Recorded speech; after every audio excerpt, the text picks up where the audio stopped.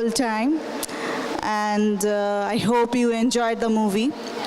I would now call upon Nayaswami Haridas and Nayaswami Devarshi, and I am not saying Nayaswami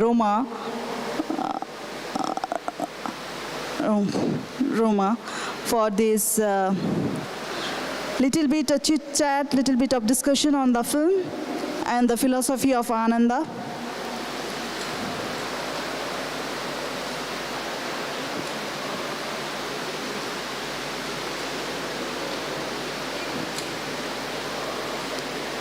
The idea behind this movie.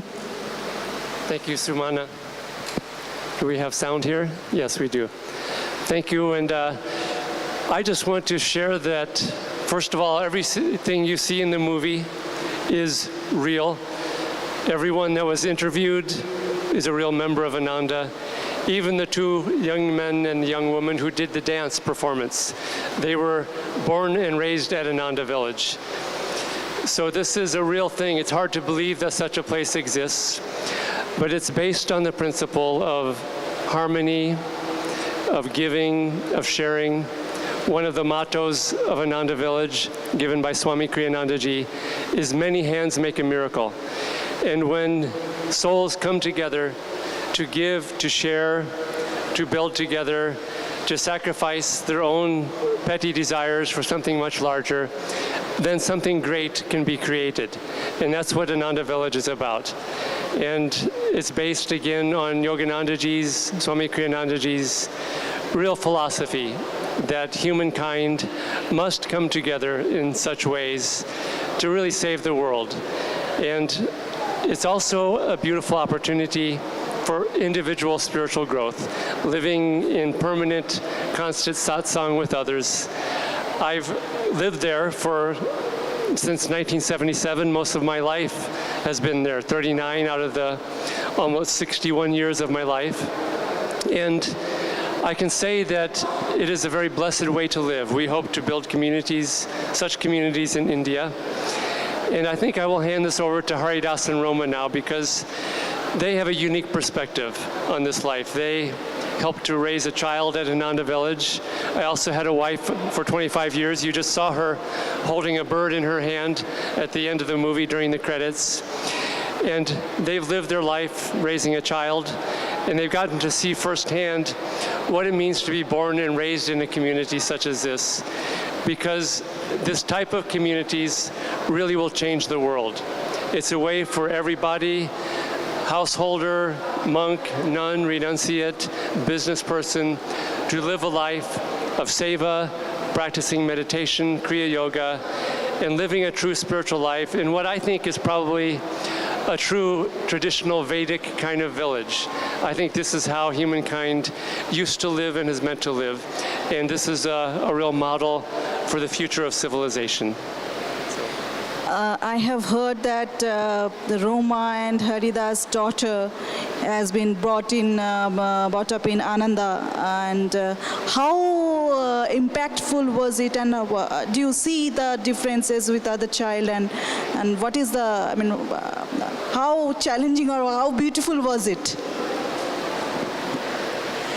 If you can tell me again, I wasn't able to hear from there. Your question?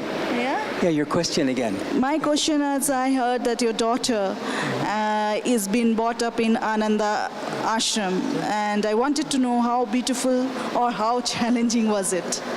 Okay. Yeah? Okay, yeah. Sure. Okay.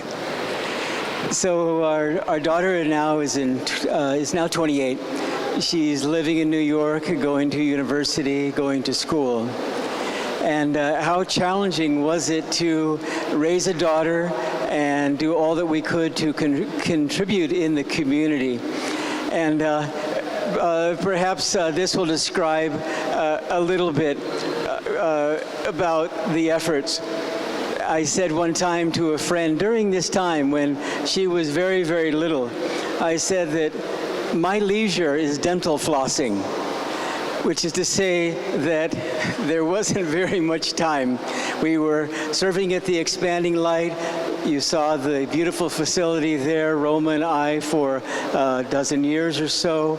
And as Rose was growing up, she was going to the Ananda schools. She was always and continues to be a very, very energetic, now a young lady. And so that kept us very, very, very much occupied.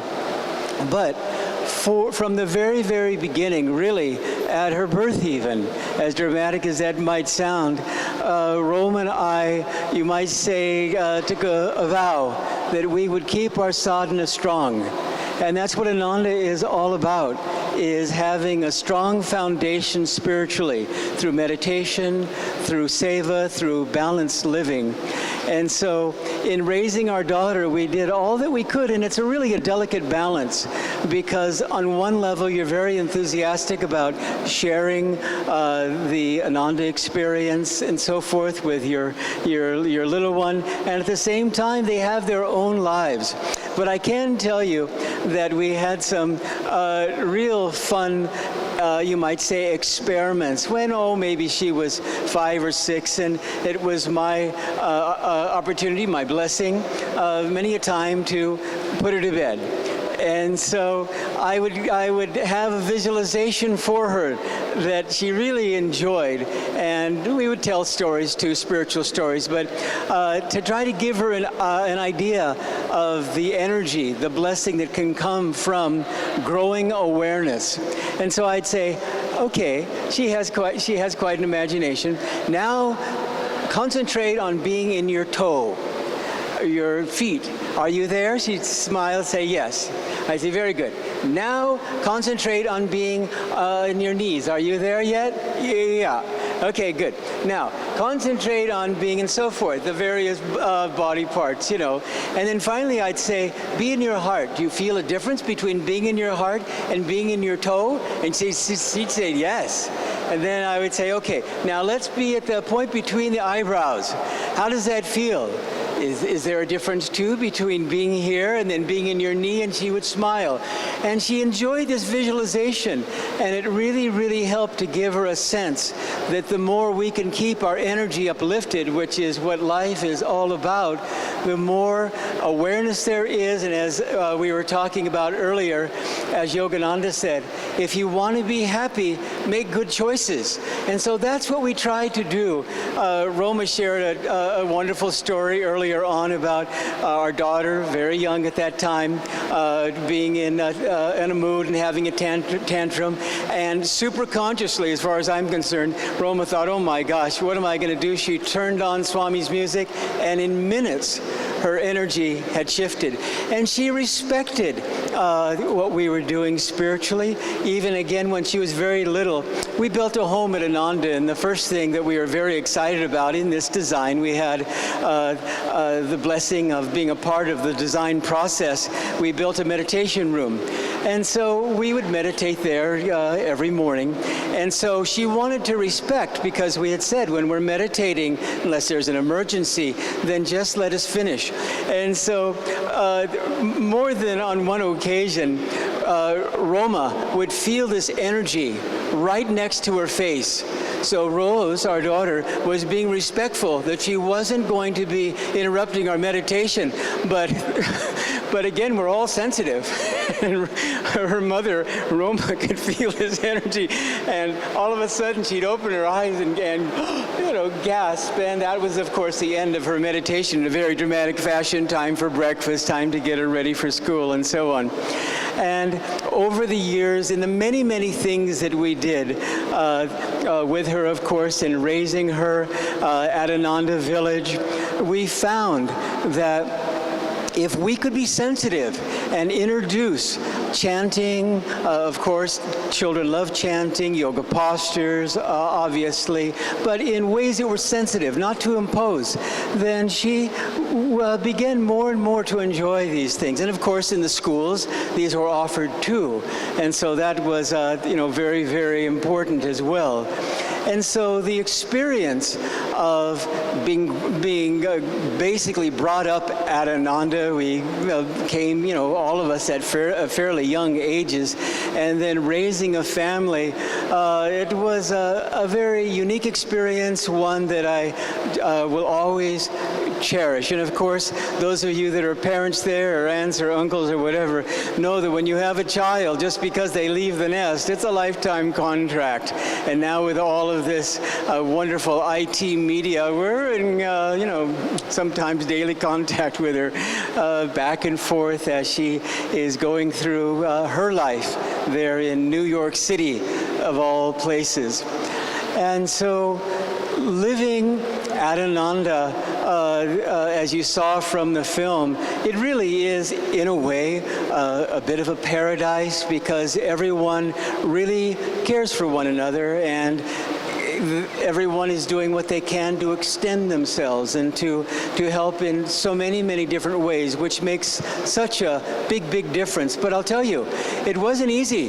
Swami Kriyananda, in the early years in San Francisco, when he first started Ananda, he had a meeting with about 25 people, inviting people to come because Ananda hadn't started yet, and he wanted to see if there would be any interest. And everybody had no understanding of what he was doing, to the point where finally he just said, let's just have snacks. They were very enthusiastic about the snacks. They thought he was just a dreamer. And I had the experience, which was very, very meaningful for me. I was calling people to come to the Expanding Light Retreat facility, and I talked to one particular woman, and she said, oh my gosh, is this the same Ananda that Swami Kriyananda talked about? I was a teenager in San Francisco, Northern California, years ago when he was talking about building a community. Did it really happen? And I said, yes, it did. And there was silence over the phone for some moments. And she was so touched by it, as I was. And then, as life would have it, it just so happened, Rome and I were hosts and teachers for the weekends many times at the retreat facility. And this same woman was there, and I didn't know, because I had only talked to her over the phone, and somehow we began to converse, and she said, someone had called me about this. I said, well, I was that person, and we had a wonderful conversation, because for her, it really was a miracle, and for us it is too. Because these communities, as Swami Kriyananda at one point was asked by someone, would you start another community? Which of course he did through other people, but in terms of would he start another community by himself, really, in the very beginning, he said, he said, I don't think so. Because it was such a huge experience. So taxing, but of course very, very inspiring for him. He worked so hard because he was the icebreaker. And all of us know what it takes, whether it's being an entrepreneur, raising a family, when you are breaking through new territory, new for you, then it's a big task. But of course, as we saw in the film, and especially in his early years, in his later years, this great soul who was just glowing with the inspiration and the joy of living for God. Yogananda said to Swami Kriyananda, your path is a path of intense activity and meditation. And that was the example that he was for all of us, to just simply get out of the way and allow Spirit to serve through him. And what a wonderful experience for him and for all of us in growing Ananda, which is now a worldwide work. And so, raising a family at Ananda, being monks or nuns at Ananda, all of the various things of the hundreds and now thousands of people, the many experiences they've all had, all of us have a story. And they're wonderful stories, and they're really a joy to share. So this is just a little bit, and I'll turn it over now to Nai Swami Roma. Lovely. Oh. To you. Sorry. I'll just say a few. Yeah, please. I just want to say a few words. It's sometimes a tendency when we see a movie like this, if you could hear it, but the visuals were beautiful, is to think that it's a paradise far, far away and that's beyond my reach. But every one of us can think in terms of living in a spiritual way and inviting others of like mind to live in also that same spiritual way, and to live within that context of loving God and living for God. And with those thoughts in your mind and always holding up Dharma and the highest ideals, you will attract into your life people of the like mind. And when those people come into your life, they are blessings and gifts. And so for each one of us, it isn't that Ananda is so wonderful and far away and just unattainable. In India, Swamiji came here because he felt there was a spiritual receptivity to living in a higher way, simple living and high ideals. And so our prayer for you is that you can think in terms of expanding your spiritual blessings that you get through meditation and service to God and to Guru, and sharing these blessings.